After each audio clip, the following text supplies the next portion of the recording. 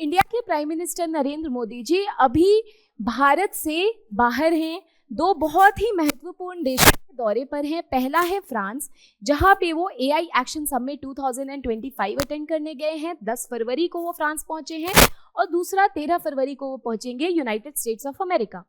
हम आज फ्रांस के बारे में बात करेंगे। फ्रांस में लोगों को एड्रेस करते हुए प्रधानमंत्री नरेंद्र मोदी जी ने वीडी सावरकर, जिनको कि हम वीर सावरकर भी जानते हैं, उनका वर्णन किया है और उन्होंने फ्रांस के लोगों को, फ्रांस के एक्टिविस्ट को शुक्रिया अदा किया है। He showed his gratitude towards the activist of France, saying कि जब वीर सावरकर जी ने असाइलम लिया था फ्रांस में, तो उन एक्टिविस्ट ने इनकी मदद करी थी। उस चीज़ के लिए फ्रांस के लोगों का, फ्रांस के एक्टिविस्ट का बहुत बहुत धन्यवाद। तो वीर सावरकर कौन है, इसकी पूरी कहानी क्या है, आज हम इसी वीडियो में जानेंगे। So hello everybody, my name is Supriya Singh. Welcome back to the YouTube channel of Chahal academy. और आज हमारा टॉपिक है prime minister who recalled Veer Savarkar's daring escape attempt in Marseilles. तो मैं आपको बताऊंगी कि ये एस्केप अटेम्प्ट क्या था मर्सिली में, बट उसको बताने से पहले मैं आपको वीर सावरकर के बारे में कुछ बताना चाहूंगी।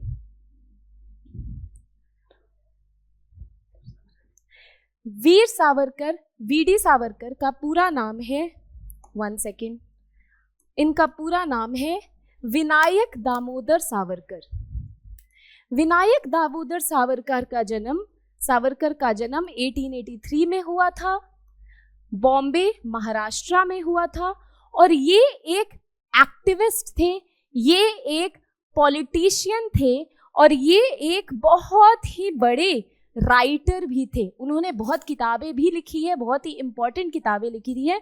और ये एक एक्टिविस्ट थे, ये एक रेवोल्यूशनरी आइडियोलॉजी के एक रेवोल्यूशनरी लीडर थे। मैं बोल रही हूँ इनका बर्थ 1883 में हुआ था, यानी कि कांग्रेस के फॉर्मेशन के ठीक 2 साल पहले, यानी जब एक्सट्रीमिस्ट फेज आया था इंडिया में 1905 के बाद, उस टाइम पे ये एक एक्सट्रीमिस्ट आइडियोलॉजी के एक पॉलिटिकल एक्टिविस्ट थे। वीडी सावरकर ने 1904 में अपने ब्रदर जीडी सावरकर के साथ मिलकर एक सीक्रेट सोसाइटी, जो कि एक रेवोल्यूशनरी ग्रुप थी, उसको फाउंड किया था, उसका निर्माण किया था और उसका नाम था Abhinav Bharat society. This Abhinav Bharat society was founded by VD Savarkar with his brother GD Savarkar at Nashik, Maharashtra. ठीक है। Along with that, VD Savarkar becomes important क्योंकि उन्होंने हिंदुत्व के कॉन्सेप्ट को भी डेवलप किया था। ओके, याद रखना इसको, उन्होंने हिंदुत्व के कॉन्सेप्ट को भी डेवलप किया था। उसके अलावा हिंदू महासभा, जिसकी फॉर्मेशन 1915 में होती है, ये एक बहुत ही एक्टिव, बहुत ही इंपॉर्टेंट लीडर भी रहे हैं हिंदू महासभा के। ठीक है। और लोग इनको प्यार से, इनके फॉलोअर्स जो थे वो इनको प्यार से बुलाते थे वीर सावरकर, वीर सावरकर। अब आप समझ सकते हो हिंदू महासभा, आरएसएस, भाजपा की आइडियोलॉजी, इसीलिए प्रधानमंत्री जी ने इनको श्रद्धांजलि देते हुए, इनको याद करते हुए फ्रांस में मर्सिली सिटी में ये बोला कि यहाँ के लोगों का बहुत बहुत धन्यवाद, यहाँ के एक्टिविस्ट्स का बहुत बहुत धन्यवाद, जिन्होंने असाइलम प्रोवाइड की थी वीडी सावरकर को, वीर सावरकर को। इतनी चीजें आपको समझ आ गई। अब मैं थोड़ा सा और इसके आगे बताऊंगी आपको। मैंने आपको बोला कि वीर सावरकर एक बहुत ही अच्छे, बहुत ही वोरेशियस रीडर थे और एक बहुत ही एबल राइटर भी थे। तो इन्होंने 1909 में एक किताब लिखी थी, जो था Indian war of independence. Indian war of independence, ये जो किताब थी, इसमें इन्होंने कहा था, 1909 में ये लिखी गई किताब में इन्होंने कहा था कि 1857 का जो रिवोल्ट था, it was the first war of independence. It was the first war of independence.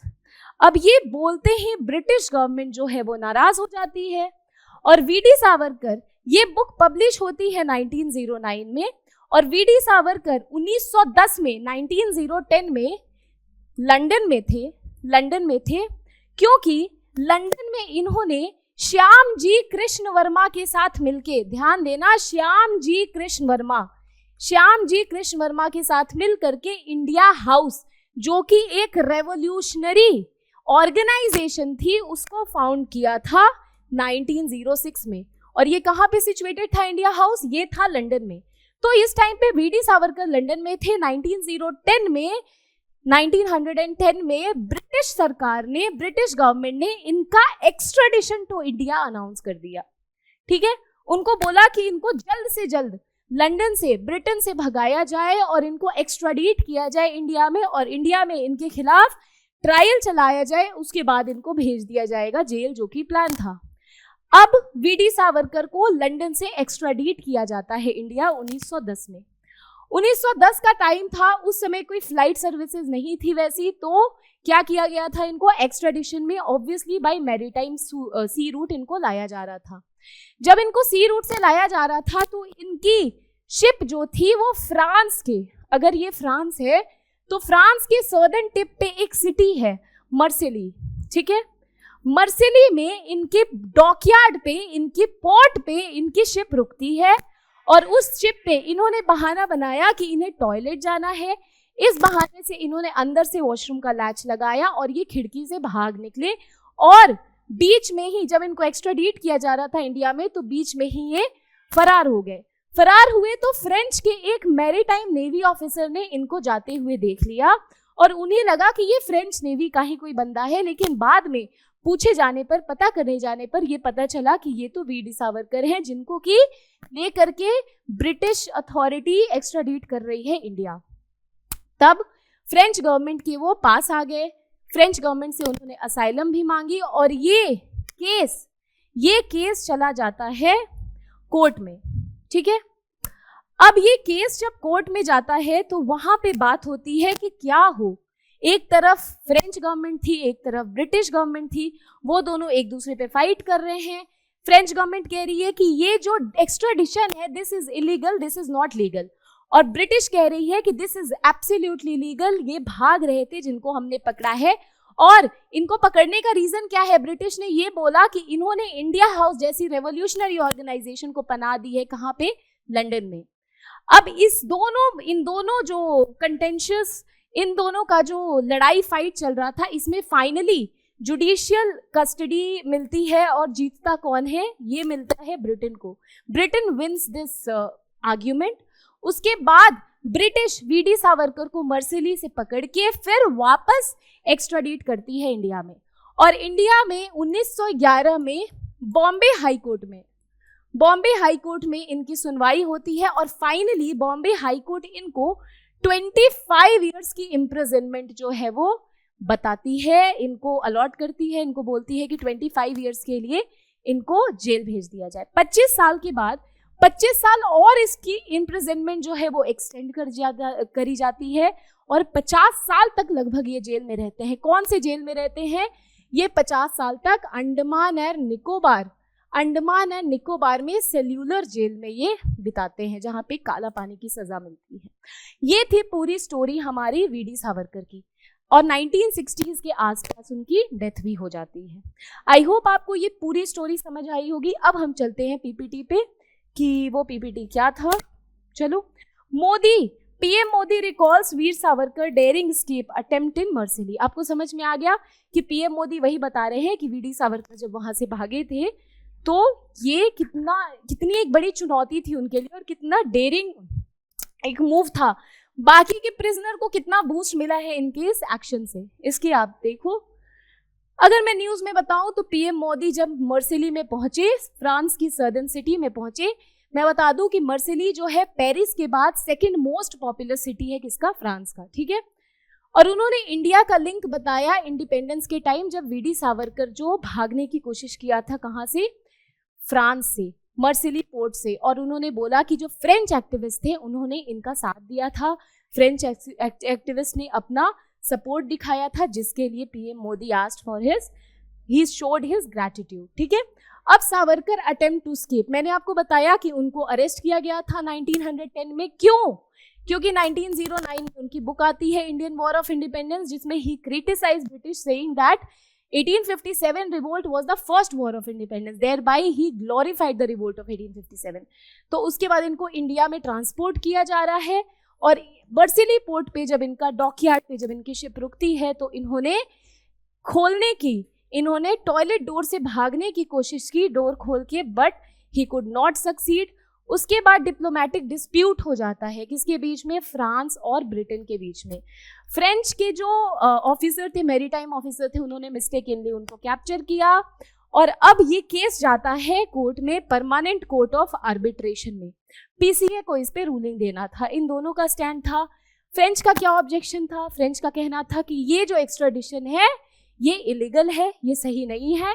वहीं पे ब्रिटिश कह रहे थे कि फ्रेंच अथॉरिटी जो है वो रिस्पॉन्सिबल है इनके भागने के लिए, फ्रेंच अथॉरिटी ने ध्यान नहीं दिया। ठीक है, ट्रिब्यूनल डिसीजन देती है 1911 24 फेब को कि नहीं, ब्रिटेन को ये मिलना चाहिए और ब्रिटेन को ही वीडी सावरकर मिलने चाहिए और ब्रिटेन के पास कोई ऑब्लिगेशन नहीं है फ्रेंच को वीडी सावरकर को रिटर्न करने का। ठीक है, उसके बाद फाइनली सावरकर को इंडिया लाया जाता है और बॉम्बे हाई कोर्ट ने 1911 में उन्हें क्या दे देती है, जेल की सजा, 25 साल की सेल्यूलर जेल में। ठीक है, सो 1911 से 25 ईयर, फिर 25 ईयर मोर, और ये अंडमान निकोबार आइलैंड में रहते हैं, जेल में रहते हैं, काला पानी की इनको सजा मिलती है।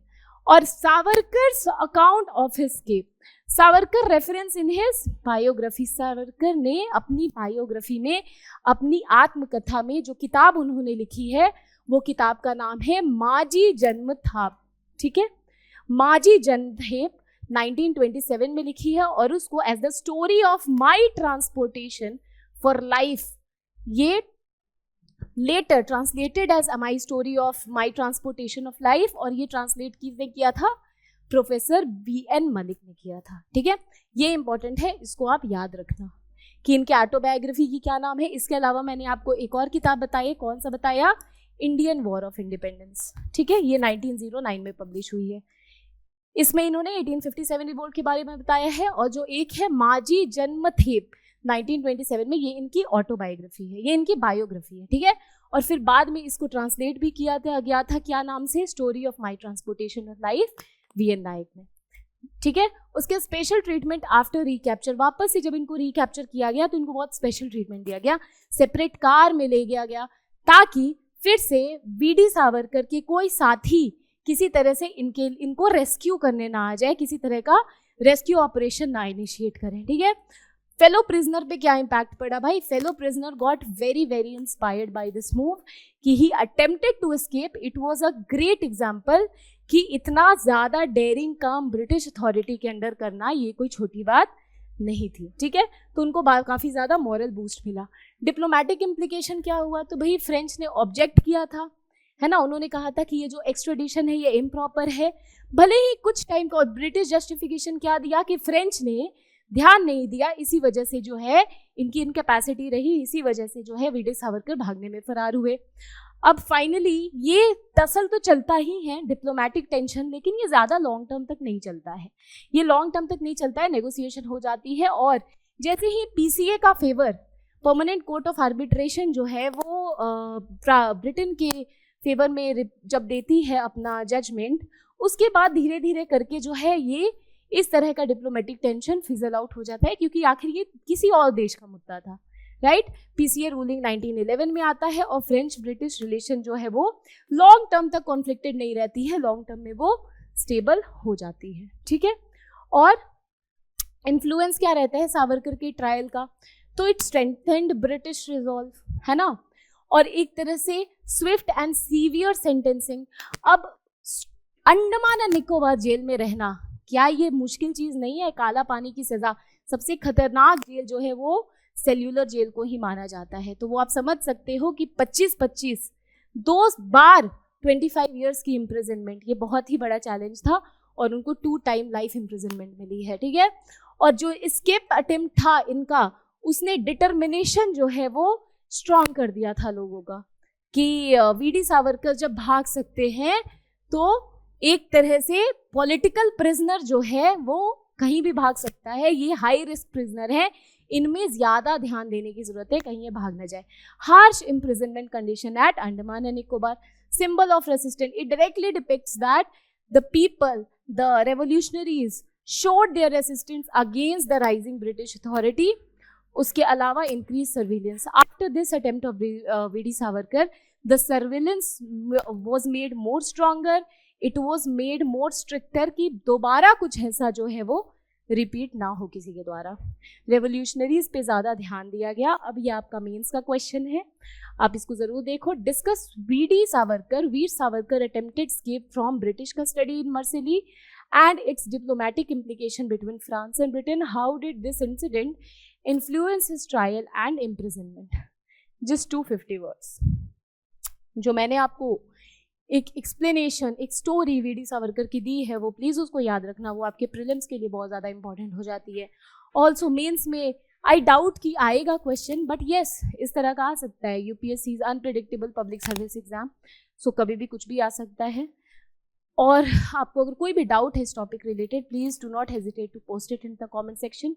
आई will see you soon in the next video. Till then, thank you so much. Take care. Bye bye. Have a great day.